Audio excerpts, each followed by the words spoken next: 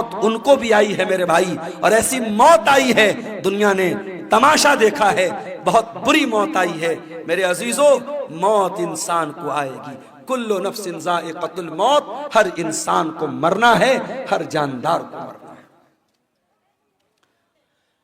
اتوار کے کا دن گزارنے کے بعد جب رات آئی ہے اور چراغ جلانے کے لیے تیل کی ضرورت پڑی ہے تو اماں عائشہ کہتی ہیں میرے پاس تیل نہیں تھا، مجھے پڑوسی سے مانگنا پڑا، تب جا کر محمد رسول اللہ کے گھر میں چراغ جلا ہے، روشنی ہوئی ہے۔ اللہ اکبر۔ میری پیاری ماں اور بہنوں، آج آپ کا چپل آپ کی پسند کا نہ آئے، آپ کا کپڑا آپ کی پسند کا نہ آئے، آپ کی پسند کی جویلری آپ کا شوہر نہ لائے تو میاں بیوی میں جھگڑا ہو جاتا ہے۔ بیوی کہہ دیتی ہے ارے جائیے آپ کے ساتھ تو شادی کر کے میں پھنس گئی، شادی کر کے پھنس گئی آپ کے ساتھ، آپ تو کبھی میری پسند کا سامان نہیں لاتے ہیں۔ آج شوہر اپنا دل اور کلیجہ نکال کے رکھ دے تب بھی بیوی خوش نہیں ہونے والی۔ وہ ایک لطیفہ ہے نا کہ ایک مولوی صاحب تھے، بہت اچھی تقریر کرتے تھے، بہت پبلک ان کی بڑی عزت کرتی تھی، بڑا لوگ احترام کرتے تھے، اور گھر میں جو ان کی گھر والی تھی وہ ان کی عزت ہی نہیں کرتی تھی، ان کو مانتی نہیں تھی۔ تو ایک دن ان کی گھر والی نے کہا ارے سنتے ہو، رات میں نے خواب دیکھا ایک بزرگ ہوا میں اڑ رہے ہیں، ایک بزرگ کو دیکھا میں نے کہ ہوا میں اڑ رہے ہیں، میں تو دیکھ کے بڑی اچنبھت ہو گئی، حیران ہو گئی۔ تو مولوی صاحب نے کہا کہ ارے پاگل، وہ بزرگ میں تھا جس کو تم نے ہوا میں اڑتے ہوئے دیکھا تھا۔ کہا اچھا آپ تھے، اسی لیے تھوڑا ٹیڑھا ٹیڑھا اڑ رہے تھے، سیدھا نہیں اڑ رہے تھے۔ تو بیوی کبھی شوہر کی تعریف کرنے کو تیار نہیں ہوتی ہے، یہ مزاج ہوتا ہے میرے بھائیوں بیویوں کا۔ لیکن آپ دیکھیے نبی کی بیویوں نے کیسی زندگی گزاری ہے۔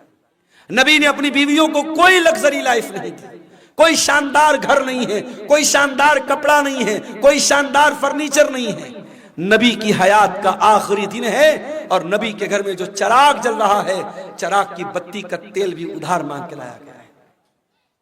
سوموار کا دن آتا ہے، نبی اکرم کی زندگی کا آخری دن ہے۔ اللہ کے پیارے نبی فجر کی نماز کا ٹائم ہوتا ہے، بستر سے اٹھتے ہیں، اپنے کمرے کے دروازے پر آتے ہیں، پردہ ہٹاتے ہیں، سامنے صحابہ کرام نماز پڑھ رہے ہیں، ابو بکر صدیق نماز پڑھا رہے ہیں اور صحابہ کرام نماز پڑھ رہے ہیں۔ یہ منظر دیکھ کر کے اللہ کے نبی بہت خوش ہوتے ہیں اور آپ کے چہرے پر مسکراہٹ آ جاتی ہے۔ آپ جب مسکرانے لگتے ہیں تو صحابہ کرام نماز کی حالت میں اپنے نبی کی مسکراہٹ کو محسوس کر لیتے ہیں۔ صحابہ کرام سمجھ جاتے ہیں کہ اللہ کے نبی اپنے کمرے کے دروازے پر آئے ہیں۔ صحابہ کرام تالی بجانے لگتے ہیں، لقمہ دینے لگتے ہیں حضرت ابو بکر صدیق کو کہ جلدی سے پیچھے چلے آؤ، اللہ کے نبی آ چکے ہیں۔ لیکن جب اللہ کے نبی نے محسوس کیا کہ صحابہ کرام چاہتے کہ میں امامت کراؤں تو آپ نے اشارہ کیا کہ نماز پوری کرو، اور اس کے بعد آپ نے پردہ گرا دیا۔ یہ آخری نظر تھی، صحابہ کہتے ہیں آخری دیدار تھا جو ہم نے اپنے نبی کا کیا تھا۔ فجر کا ٹائم ختم ہوا، چاشت کا ٹائم شروع ہوا، سورج آسمان کی طرف بلند ہونے لگا۔ جیسے جیسے سورج بلند ہو رہا ہے چاشت کا ٹائم ہو رہا ہے، محمد رسول اللہ کی تکلیف بڑھ رہی ہے میرے بھائی۔ آپ نے اپنی بیٹی حضرت فاطمہ کو بلوایا، حضرت فاطمہ نے آ کر کے اپنے باپ کو تکلیف میں دیکھا، فرمایا واہ کربا ابتا، ہائے میرے ابا جان کی تکلیف۔ آپ نے فرمایا لیسا علی ابی کی کربن بعد اليوم، اے میری بیٹی فاطمہ آج کے بعد تیرے باپ کے اوپر کوئی تکلیف آنے والی نہیں ہے، آج تیرے باپ کی زندگی کا آخری دن ہے۔ احساس ہو گیا تھا کہ آج آخری دن ہے۔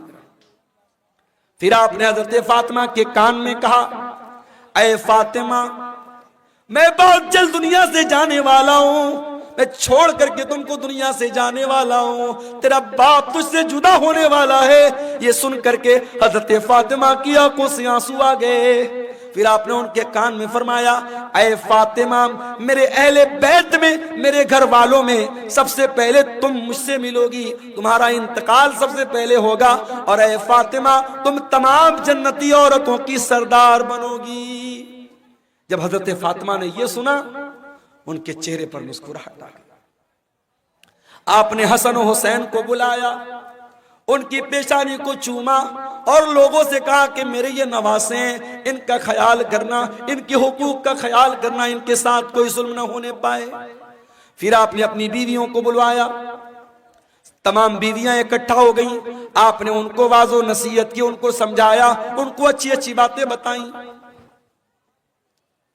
اس کے بعد آپ نے یہ بھی فرمایا، دو چیزوں کی آپ نے وصیت کی۔ اس بے چینی کے عالم میں جب آپ کی زبان سے الفاظ بھی صحیح طریقے سے نہیں نکل لیتے، آپ نے فرمایا الصلاۃ الصلاۃ وما ملکت ایمانکم، او لوگو نماز کی پابندی کرتے رہنا، نماز کا خیال کرتے رہنا، اور اپنے غلاموں کا، اپنے نوکروں کا، اپنے ماتحتوں کا خیال کرنا۔ نماز کی پابندی کرنا اور اپنے انڈر میں کام کرنے والے اپنے نوکروں، اپنے خادموں کا خاص خیال رکھنا۔ حضرت عبد الرحمن ابن ابو بکر مسواک لے کر کے آئے، نبی کی نظر مسواک پر پڑ گئی، آپ نے حضرت عائشہ کو اشارہ کیا کہ میں بھی مسواک کرنا چاہتا ہوں۔ حضرت عائشہ نے اپنے بھائی سے مسواک لی اور مسواک کو اپنے دانتوں سے نرم کیا اور وہ مسواک اللہ کے نبی کو دے دی۔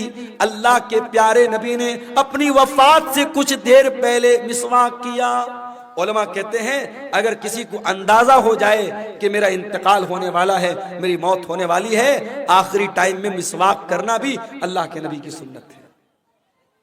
اس کے بعد آپ نے وہیں پر ایک پیالے میں پانی رکھا ہوا تھا، آپ کو اپنے اوپر موت کی سختیاں محسوس ہوئیں۔ کیا بات ہے، کیوں اٹھ رہے ہیں آپ؟ بارش ہو رہی ہے؟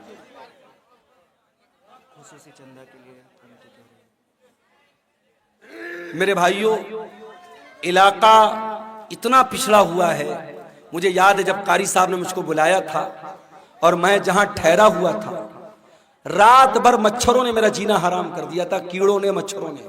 مجھے گھسیا گھاٹ کا علاقہ کبھی بھولتا نہیں ہے، اور تبھی میں نے کہا تھا کہ اتنا پچھڑا علاقہ بہت کم دیکھنے کو ملتا۔ اب تو ماشاءاللہ راستے واسطے بھی بن گئے، کچھ ترقی ہوئی ہے۔ اس علاقے میں یہ قاری عبدالباسط صاحب نے یہ ادارہ کھولا ہے، اور آپ جانتے ہیں یہ جلسہ ادارے کے چندے کے لیے جلسہ ہو رہا ہے۔ یہ بار بار بتانے کی ضرورت نہیں ہے، میں بنگالی علماء کی طرح چندہ کرنے والا مقرر نہیں ہوں، لیکن میں آپ سے گزارش کرتا ہوں یہ جلسے والوں کی محنت پر پانی مت پھیریے۔ بارش ہو رہی ہے، ہلکی پھلکی بارش ہو رہی ہے، اگر ہو بھی رہی تھوڑا بہت بھیگ بھی گئے تو مسئلہ نہیں ہے، لیکن آپ اس ادارے کے اوپر پیسوں کی بارش ضرور کر کے جائیے گا، اور جو بھی چندہ 100 200 1000 لاکھ 2 لاکھ جو بھی آپ دے کے جا سکتے ہیں، ادارے کا تعاون کر کے جائیے گا۔ خصوصی طور پر یہ میری آپ سے گزارش ہے، ادارہ آپ کے تعاون کا محتاج ہے، علاقہ آپ دیکھ رہے ہیں، ادارے کی ضرورت آپ دیکھ رہے ہیں۔ میں رسول کی وفات کا واقعہ بیان کر رہا ہوں، تھوڑی دیر اور آپ کے صبر کا امتحان لیتا ہوں، پھر میں آپ سے اجازت دے لوں گا۔ اللہ کے نبی کا آخری ٹائم ہے میرے بھائی، اور موت کی شدت آپ محسوس کر رہے ہیں۔ آپ نے موت کی اس شدت میں اپنے چہرے پر پانی ڈالا اور آپ نے کہا اللہم اعنی علی سکرات الموت، اے اللہ میری مدد کر، موت کی سختیوں پر میری مدد کر۔ حضرت عائشہ کہتی ہیں کہ نبی کے اوپر جب میں نے موت کی سختی کو دیکھ لیا، اس وقت تک میں موت کی سختی کو برا سمجھتی تھی، مگر جب اپنے نبی کے اوپر میں نے موت کی سختی کو دیکھا تو میں سمجھ گئی کہ موت کی سختی برحق ہے، اور موت کی سختی کسی کے اوپر بھی آ سکتی ہے۔ پھر آپ نے آسمان کی طرف ہاتھ اٹھایا، آپ نے فرمایا مع الرفیق الاعلی، اے اللہ مجھے سب سے بہترین لوگوں کی صحبت عطا فرما، مع الذین انعمت علیہم من النبیین والصدیقین والشہداء والصالحین، اے اللہ اپنے نبیوں کے ساتھ مجھے اٹھانا، اپنے صدیقین کے ساتھ مجھے اٹھانا، اپنے نیک بندوں کے ساتھ اٹھانا۔ اتنا کہنے کے کیا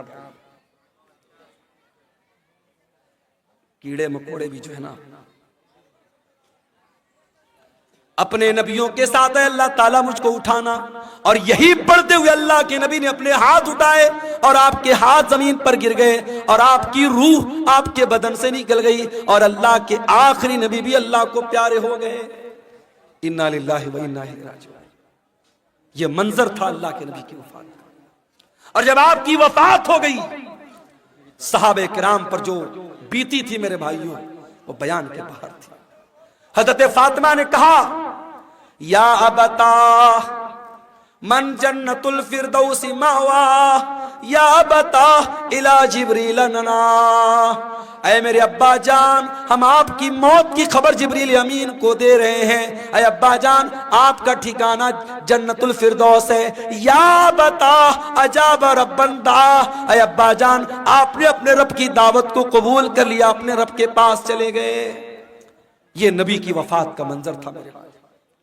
نبی کے انتقال کے بعد آپ کی جنازے کی نماز بھی ہوئی، مگر کسی ایک امام کی اقتداء میں نہیں ہوئی، لوگ آتے گئے پڑھتے چلے گئے، پہلے مردوں نے پڑھی، پھر عورتوں نے پڑھی، پھر بچوں نے پڑھی، ایک ایک کر کے دو دو کر کے تین تین کر کے لوگ آتے تھے، پڑھتے تھے، چلے جاتے تھے، کسی امام کے پیچھے آپ کی جنازے کی نماز نہیں ہوئی۔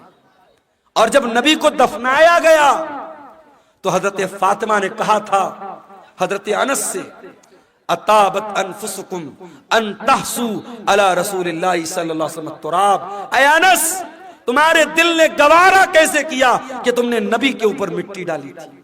نبی کے اوپر مٹی ڈالنا اور نبی کو مٹی میں اتارنا، قبر میں اتارنا کیسے تم نے گوارا کر لیا؟ مگر میرے بھائیوں یہ اللہ کا قانون تھا، یہ اللہ کا دستور تھا، یہ اللہ کا حکم تھا، اور صحابہ کرام نے اس پر عمل کیا اور پیارے نبی کو بھی قبر میں اتارا گیا اور آپ کو بھی قبر میں دفنایا گیا۔ تو موت تو سب کو آنی ہے میرے بھائی، کل نفس ذائقۃ الموت، سورہ آل عمران کی آیت نمبر 185 میں پہلی بات اللہ نے یہی بیان کی۔ اس کے بعد فرمایا وَإِنَّمَا تُوَفَّوْنَ أُجُورَكُمْ يَوْمَ الْقِيَامَةِ، اور اے میرے بندو مرنے کے بعد جب تم اللہ کے پاس جاؤ گے تو قیامت کے دن تمہارے عمل کا پورا پورا بدلہ تمہیں دیا جائے گا۔ دنیا میں جو اچھا عمل کیا، جو برا عمل کیا، جو نیکی کیا، جو گناہ کیا، سب کا بدلہ اللہ تعالیٰ قیامت کے دن تم کو دے گا۔ دنیا میں نیکی کا پھل مل بھی سکتا ہے، نہیں بھی مل سکتا ہے، گناہ کی سزا مل بھی سکتی ہے، نہیں بھی مل سکتی ہے، مگر نیکی اور گناہ کی اصل جو اس کی جزا ہے، جو سزا ہے، وہ آخرت میں ملے گی۔ دنیا دار العمل ہے، آخرت دار الجزا ہے۔ یہاں عمل کرو گے، یہاں بدلہ مل بھی سکتا ہے، نہیں بھی مل سکتا ہے، لیکن وہاں بدلہ ملے گا۔ وَإِنَّمَا تُوَفَّوْنَ أُجُورَكُمْ يَوْمَ الْقِيَامَةِ، تمہارے عمل کا پورا پورا بدلہ تم کو قیامت کے دن دیا جائے گا۔ یہ دوسری بات اللہ نے بیان کی۔ اور تیسری بات فَمَنْ زُحْزِحَ عَنِ النَّارِ وَأُدْخِلَ الْجَنَّةَ، جس کو قیامت کے دن اللہ تعالی جہنم کی آگ سے بچا لے گا اور جنت میں داخل کر لے گا، وہی کامیاب ہونے والا ہے۔ دنیا میں کتنی دولت تھی، کتنا پیسہ تھا، کتنا نام کمایا تھا، کتنا اسمارٹ تھا، کتنا ہینڈسم تھا، اس کی بیوی کیسی ہوتی، اس کے بچے کیسے تھے، یہ ہماری نظر میں کامیابی ہو سکتی ہے، مگر اللہ کی نظر میں کامیابی کیا ہے؟ فرمایا فَمَنْ زُحْزِحَ عَنِ النَّارِ، قیامت کے دن جس کے بارے میں اللہ کی عدالت میں یہ فیصلہ ہو جائے کہ اس کو جہنم میں نہیں ڈالنا ہے، اس کو جنت میں ڈالنا ہے، وہی کامیاب ہونے والا ہے۔ میرے بھائی دنیا میں کوئی آئی ایس کا ایگزام پاس کر لے، کوئی آئی پی ایس کا ایگزام پاس کر لے، کوئی پولیس کی بھرتی کا ایگزام پاس کر لے، کوئی ٹیچنگ کے ایگزام میں پاس ہو جائے، اخبار میں نام آتا ہے، گھر والے مٹھائی بانٹتے ہیں، میرے بیٹے نے نیٹ پاس کر لیا، میرا بیٹا آئی اے ایس کے ایگزام میں پاس ہو گیا، میری بیٹی نے میڈیکل کا ایگزام پاس کر لیا۔ ذرا سوچو کتنی خوشی کا لمحہ ہوگا جب قیامت کے دن اللہ کی عدالت میں یہ فیصلہ ہوگا میرا یہ بندہ پاس ہو گیا، یہ میرا بندہ پاس ہو گیا، اس کو جنت میں لے کے جاؤ۔ اور اس انسان کے لیے کتنا افسوس کا مقام ہوگا جس کے بارے میں یہ فیصلہ ہوگا کہ اس کے بارے میں اللہ کہے گا اس کو جہنم میں لے کے جاؤ۔ میرے عزیزوں کامیابی یہ ہے، اس کامیابی کو حاصل کرنا ہے، اس کے لیے ہمیں محنت کرنا ہے۔ جہنم سے ہم کیسے بچ جائیں اور اپنے پریوار کو ہم کیسے بچا لیں، اس پر ہم محنت کریں، اس پر ہم کام کریں، یہ کرنے کا کام ہے۔ اسی لیے اللہ قرآن میں کہتا ہے قُوا أَنفُسَكُمْ وَأَهْلِيكُمْ نَارًا، اے ایمان والو اپنے آپ کو اور اپنے گھر والوں کو جہنم کی آگ سے بچاؤ۔ دنیا کی آگ سے بچا لیا تو کون سا کمال کیا؟ دنیا کی آگ میں انسان ایک بار جلے گا، جل کے ختم ہو جائے گا، مگر قیامت کے دن کی جو جہنم کی گرمی ہوگی میرے بھائیوں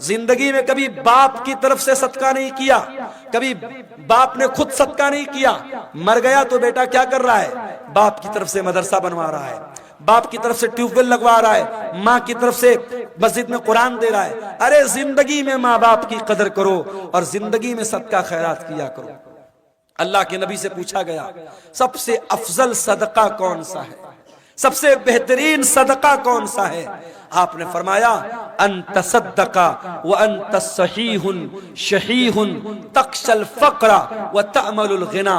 سب سے بہترین صدقہ یہ ہے، تندرستی کی حالت ہے، مال کی محبت ہے، پیسہ بہت ہے، مال کی محبت ہے، تندرستی ہے اور ڈر ہے کہ پیسہ ختم نہ ہو جائے اور پیسہ آنے کی امید ہے، ایسی سچویشن میں جو صدقہ کیا جائے وہ سب سے بہترین صدقہ ہے۔ میرے عزیزوں، صدقہ خیرات کرنے کے لیے، نیکی کے کام میں حصہ لینے کے لیے موت کا انتظار مت کرو۔ موت آئے گی اور پل بھر میں آپ کا فیصلہ کر دے گی، موت آپ کا کام تمام کر دے گی۔ اس لیے میرے عزیزوں، قرآن کیا کہہ رہا ہے؟ یا ایھا الذین آمنوا لا تلہکم اموالکم ولا اولادکم عن ذکر اللہ۔ اے ایمان والو، تمہارا مال اور تمہاری اولاد تم کو اللہ کے ذکر سے غافل نہ کر دے۔ مال کے چکر میں کہیں اللہ کو بھول نہ جانا، اولاد کے چکر میں کہیں اللہ کو بھول نہ جانا۔ وَمَن يَفْعَلْ ذَلِكَ فَأُولَئِكَ هُمُ الْخَاسِرُونَ، اور جو ایسا کرے گا بہت نقصان اٹھائے گا۔ وَأَنفِقُوا مِمَّا رَزَقْنَاكُمْ مِن قَبْلِ أَن يَأْتِيَ أَحَدَكُمُ الْمَوْتُ، اور اے ایمان والو، ہم نے جو روزی دی ہے اس میں سے خرچ کرو اس کے پہلے کی موت آ جائے۔ فَيَقُولَ رَبِّ لَوْلَا أَخَّرْتَنِي إِلَىٰ أَجَلٍ قَرِيبٍ فَأَصَّدَّقَ وَأَكُن مِّنَ الصَّالِحِينَ۔ کہیں ایسا نہ ہو کہ موت کے آنے کے بعد تم کہو کہ اے اللہ 1 گھنٹے کا ٹائم اور دے دے، 1 منٹ کا ٹائم اور دے دے، میں تیری راہ میں صدقہ کرنا چاہتا ہوں، میں نیک بننا چاہتا ہوں۔ وَلَن يُؤَخِّرَ اللَّهُ نَفْسًا إِذَا جَاءَ أَجَلُهَا، لیکن اللہ کا قانون یہ ہے، موت آ گئی تو 1 سیکنڈ پہلے نہیں مر سکتے، 1 سیکنڈ بعد میں نہیں مر سکتے۔ مجھے بہت اچھی طریقے سے یاد ہے 10 اکتوبر 2020 کی وہ شام، 10 اکتوبر 2020 کی وہ رات جب میری ماں کا انتقال ہوا تھا اور میں بنارس کے اپنے گھر کے بہت قریب کے ہاسپٹل میں ماں کو لے کے جا رہا تھا۔ ہارٹ اٹیک آیا تھا، شوگر کی پیشنٹ تھی وہ، اور بائک پر بٹھا کر پیچھے میرا چھوٹا بھائی بیٹھا تھا، اور ہاسپٹل کے کیمپس کے اندر جیسے ہی ہم داخل ہوئے تھے، ماں کا جسم بے جان ہو کے بائک سے نیچے گرا تھا۔ اور جب ہم لوگوں نے سارے بھائی وہاں پہنچ چکے تھے، اور جب ماں کو اٹھا کر کے ہم لوگ ICU میں لے کے جا رہے تھے، تو نیچرل بات ہوتی ہے، مرنے کے بعد انسان کی باڈی کا وزن بڑھ جاتا ہے۔ وزن سے اندازہ لگ گیا کہ اب روح نکل چکی ہے، اب موت آ چکی ہے۔ ہمارے پاس کرنے کو باتیں بہت تھی، ہم لوگ کہہ سکتے تھے 5 منٹ پہلے لائے ہوتے، ڈاکٹر نے دیکھا ہوتا، یہ ہوا ہوتا، وہ ہوا ہوتا۔ یہ سب بہانے اپنی جگہ، قرآن کی یہ آیت اپنی جگہ، وَلَن يُؤَخِّرَ اللَّهُ نَفْسًا إِذَا جَاءَ أَجَلُهَا۔ موت تو اپنے وقت پر آتی ہے میرے بھائی۔ اس لیے اپنے نوجوان ساتھیوں سے بھی کہنا چاہتا ہوں، سیمانچل کے جلسوں میں میں کہیں کہیں بڑی بے حیائی بھی دیکھتا ہوں، سڑکوں پر لڑکے لڑکیوں کا جمگھٹ بھی دیکھتا ہوں، بڑا ایسا ماحول میں دیکھتا ہوں، پورے انڈیا میں وہ ماحول کہیں نظر نہیں آتا۔ میرے بھائیوں، یہ جلسے، یہ پروگرام ٹھیک ہے، ادارے والوں کے اپنے مسائل ہیں، مدرسوں کی اپنی مجبوری ہے، جلسہ کرانے بغیر ان کو چندہ نہیں ملے گا۔ جلسہ آپ کرائیے، شوق سے کرائیے، اور تقریر آپ کرائیے، مگر میں گھسیا گھاٹ کے مدرسے کے ذمہ داروں سے بھی کہنا چاہوں گا، اور ویڈیو بن رہا ہے، سیمانچل کے تمام مدرسوں کے ذمہ داروں سے کہنا چاہوں گا کہ اب بہت دیر ہو چکی ہے، اب اپنے جلسوں کو تھوڑا سا کنٹرول کر لو، عورتوں کا انتظام رکھو، لیکن سختی سے منع کر دو۔ کوئی میلہ ٹھیلا نہیں لگے گا، کوئی عورتوں کے سامان کی دکان نہیں لگے گی، کوئی سڑک اور چوراہے پر مردوں اور عورتوں کا جمگھٹ نہیں لگے گا، اور اگر نہیں کر سکتے تو پھر جلسے بند کر دو میرے بھائی، جلسے بند کر دو۔ یہ میلے کے نام پر اگر مردوں عورتوں کا جمگھٹ ہوتا ہے تو اتنا بڑا گناہ نہیں ہے، اتنا بڑا گناہ نہیں ہے جتنا بڑا گناہ